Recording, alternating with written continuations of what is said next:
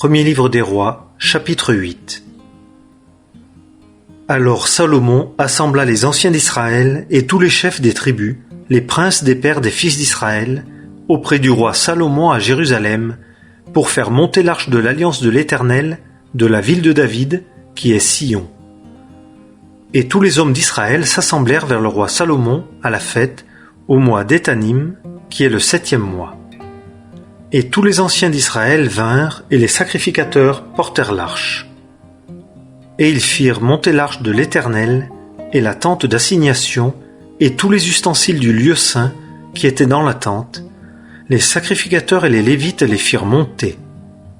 Et le roi Salomon et toute l'assemblée d'Israël, qui s'était réunie auprès de lui, et qui était avec lui devant l'arche, sacrifiaient du menu et du gros bétail, qu'on ne pouvait nombrer ni compter à cause de sa multitude. Et les sacrificateurs firent entrer l'arche de l'alliance de l'Éternel en son lieu, dans l'oracle de la maison, dans le lieu très saint, sous les ailes des chérubins. Car les chérubins étendaient les ailes sur le lieu de l'arche, et les chérubins couvraient l'arche et ses barres par-dessus.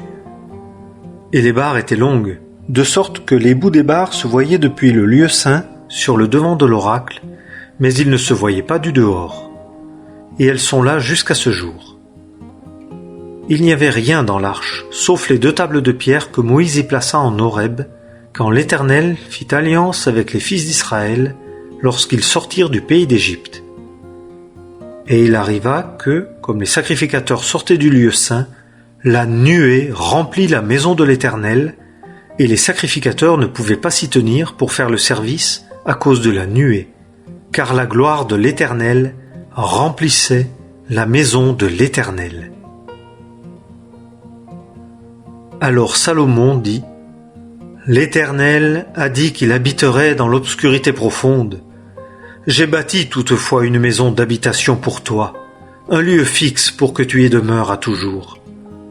Et le roi tourna sa face et bénit toute la congrégation d'Israël, et toute la congrégation d'Israël était debout.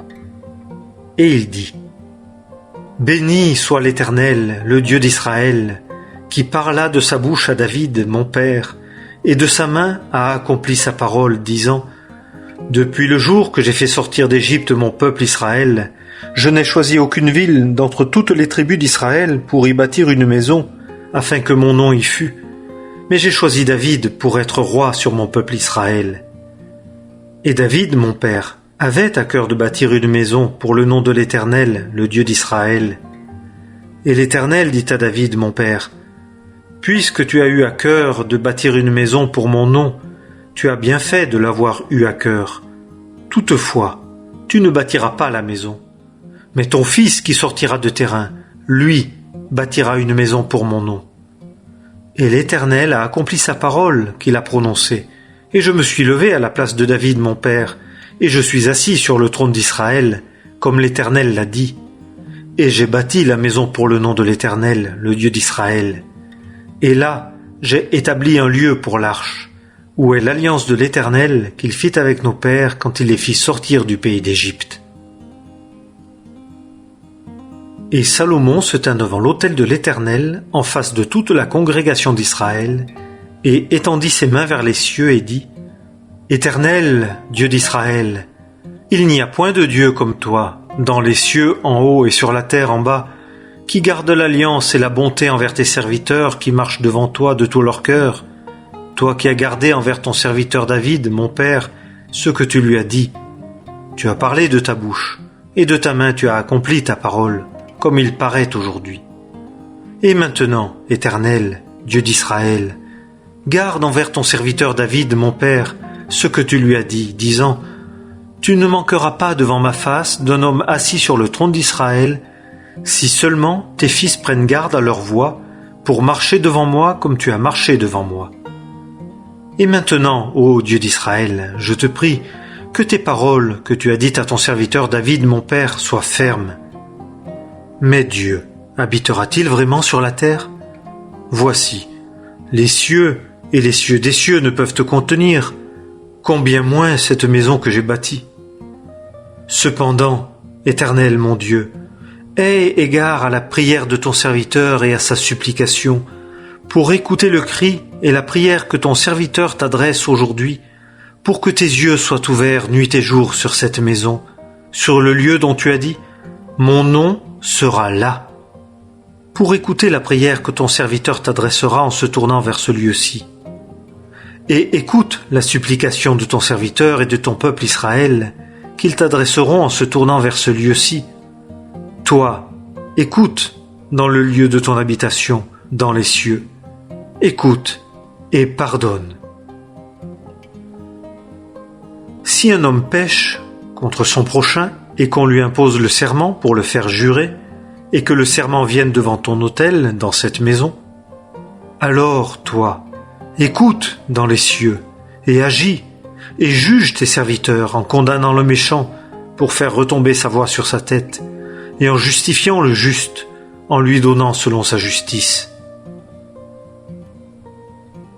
Quand ton peuple Israël sera battu devant l'ennemi parce qu'ils auront péché contre toi, s'ils retournent vers toi et confessent ton nom et te prient et t'adressent leurs supplications dans cette maison, alors toi, écoute dans les cieux et pardonne le péché de ton peuple Israël et fais-les retourner dans la terre que tu as donnée à leur père.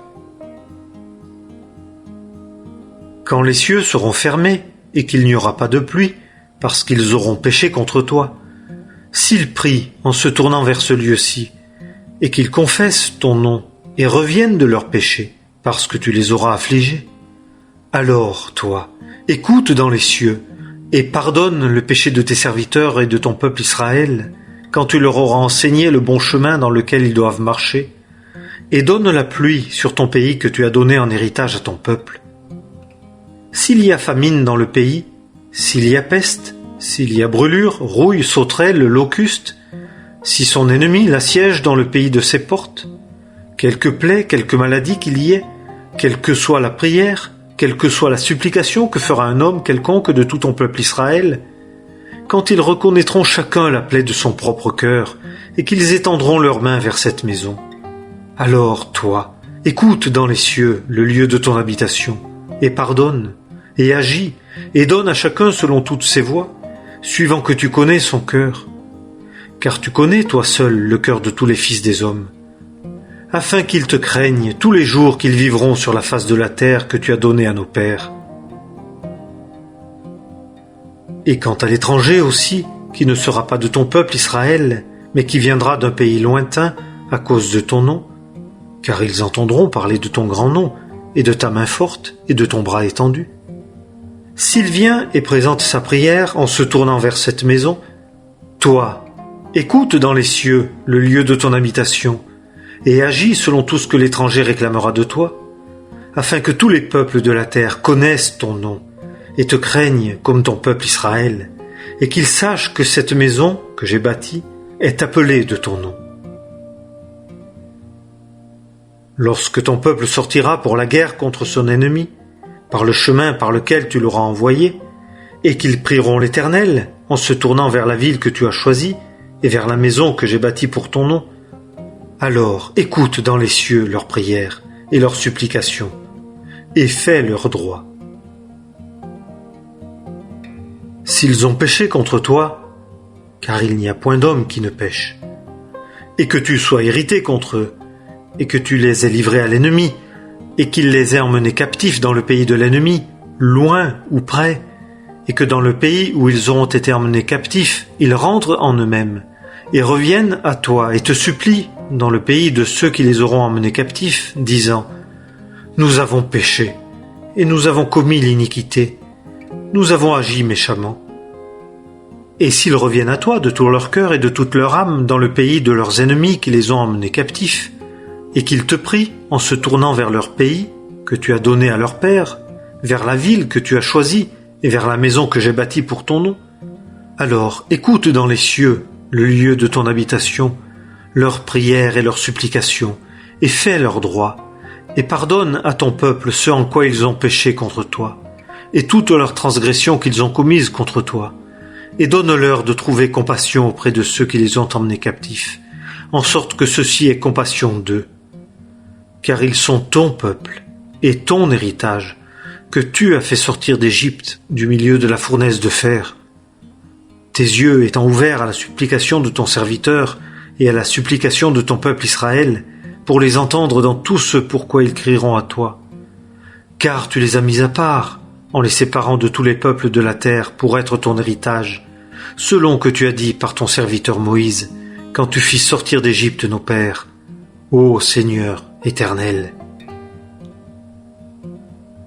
Et il arriva que, quand Salomon eut achevé d'adresser à l'Éternel toute cette prière et cette supplication, il se leva de devant l'autel de l'Éternel, où il était à genoux, ses mains étendues vers les cieux, et il se tint debout, et bénit à haute voix toute la congrégation d'Israël, disant : Béni soit l'Éternel, qui a donné du repos à son peuple Israël, selon tout ce qu'il avait dit.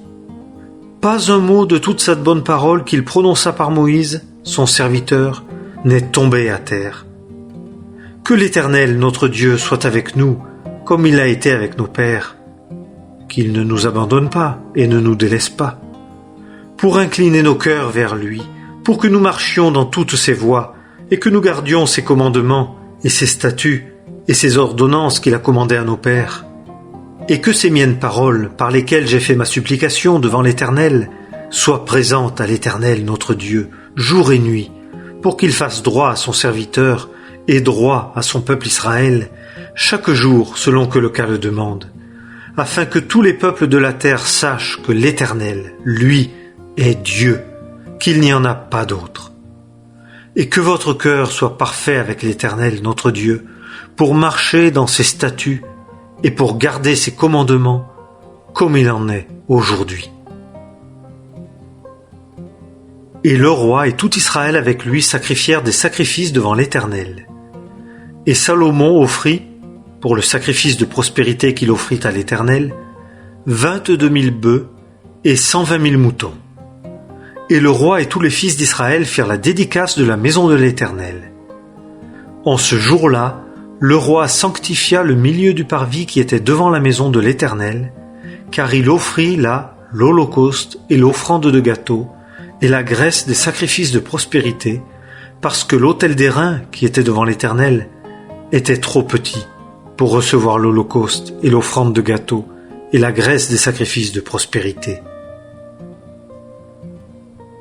Et en ce temps-là, Salomon et tout Israël avec lui, une grande congrégation, depuis l'entrée de Hamath jusqu'au torrent d'Égypte, célébrèrent la fête devant l'Éternel, notre Dieu, 7 jours, et 7 jours, 14 jours. Le 8e jour, il renvoya le peuple, et ils bénirent le roi, et s'en allèrent à leur tente, joyeux, et le cœur heureux, à cause de tout le bien que l'Éternel avait fait à David, son serviteur, et à Israël, son peuple. Premier livre des rois, chapitre 9. Et quand Salomon eut achevé de bâtir la maison de l'Éternel et la maison du roi, et tout le désir de Salomon qu'il prit plaisir de faire, il arriva que l'Éternel apparut à Salomon une seconde fois, comme il était apparu à Gabaon. Et l'Éternel lui dit : J'ai entendu ta prière et la supplication que tu as faite devant moi. J'ai sanctifié cette maison que tu as bâtie pour y mettre mon nom à jamais. Et mes yeux et mon cœur seront toujours là. Et toi, si tu marches devant moi, comme a marché David ton père, d'un cœur parfait et en droiture pour faire selon tout ce que je t'ai commandé, et si tu gardes mes statuts et mes ordonnances, j'affermirai le trône de ton royaume sur Israël à toujours, comme j'ai parlé à David ton père, disant : Tu ne manqueras pas d'un homme sur le trône d'Israël. Si vous vous détournez de moi, vous et vos fils, et que vous ne gardiez pas mes commandements, mes statuts que j'ai mis devant vous, et que vous alliez et serviez d'autres dieux, et vous prosterniez devant eux, je retrancherai Israël de dessus la face de la terre que je leur ai donnée, et la maison que j'ai sanctifiée pour mon nom, je la rejetterai de devant ma face. Et Israël sera un proverbe et un sujet de raillerie parmi tous les peuples. Et cette maison, si haute élevée qu'elle soit, quiconque passera près d'elle sera étonné et sifflera, et on dira : Pourquoi l'Éternel a-t-il fait ainsi à ce pays et à cette maison ? Et on dira : Parce qu'ils ont abandonné l'Éternel, leur Dieu, qui fit sortir leur père du pays d'Égypte, et qu'ils se sont attachés à d'autres dieux, et se sont prosternés devant eux, et les ont servis. C'est pourquoi l'Éternel a fait venir sur eux tout ce mal. Et il arriva qu'au bout de 20 ans, lorsque Salomon eut bâti les 2 maisons, la maison de l'Éternel et la maison du roi, Hiram, roi de Tyr, ayant fourni Salomon de bois de cèdre et de bois de cyprès et d'or, selon tout son désir, alors le roi Salomon donna à Hiram 20 villes dans le pays de Galilée. Et Hiram sortit de Tyr pour voir les villes que Salomon lui avait données, et elles ne lui plurent pas. Et il dit, « Qu'est-ce que ces villes-là que tu m'as données, mon frère ?» Et il les appela pays de Kabul jusqu'à ce jour. Et Hiram envoya au roi 120 talents d'or. Et c'est ici ce qui concerne la levée que fit le roi Salomon pour bâtir la maison de l'Éternel, et sa propre maison, et Milo, et la muraille de Jérusalem, et Hatzor, et Megiddo, et Gézer. Le pharaon, roi d'Égypte, était monté et avait pris Gézer et l'avait brûlé au feu, et avait tué les Cananéens qui habitaient la ville, et l'avait donné en présent à sa fille, femme de Salomon. Et Salomon bâtit Gézer, et Beth-Horon la basse, et Baalat, et Tadmor dans le désert, dans le pays, et toutes les villes à entrepôt qu'avait Salomon, et les villes pour les chars, et les villes pour la cavalerie, et ce que Salomon désira de bâtir à Jérusalem et au Liban et dans tout le pays de sa domination. Tout le peuple qui restait des Amoréens, des Hétiens, des Phéréziens, des Héviens et des Jébusiens, qui n'étaient pas des fils d'Israël, leurs fils qui étaient restés après eux dans le pays et que les fils d'Israël n'avaient pu détruire, Salomon les assujettit au lever pour servir jusqu'à ce jour. Mais des fils d'Israël, Salomon n'en fit pas des esclaves, car ils étaient hommes de guerre, et ses serviteurs, et ses chefs, et ses capitaines, et chefs de ses chars et de sa cavalerie. C'est ici le nombre des chefs des intendants qui étaient établis sur l'ouvrage de Salomon, 550, qui avaient autorité sur le peuple qui faisait l'ouvrage. Mais la fille du Pharaon monta de la ville de David dans sa maison qu'il avait bâtie pour elle. Alors il bâtit Milo. Et Salomon offrait 3 fois par an des holocaustes et des sacrifices de prospérité sur l'autel qu'il avait bâti pour l'Éternel, et il faisait fumer l'encens sur celui qui était devant l'Éternel. Et il acheva la maison. Et le roi Salomon fit une flotte à Etzion-Géber, qui est près d'Élot, sur le bord de la mer Rouge dans le pays d'Édom. Et Hiram envoya sur la flotte ses serviteurs, des matelots connaissant la mer, avec les serviteurs de Salomon. Et ils allèrent à Ophir, et y prirent de l'or 420 talents, et les apportèrent au roi Salomon.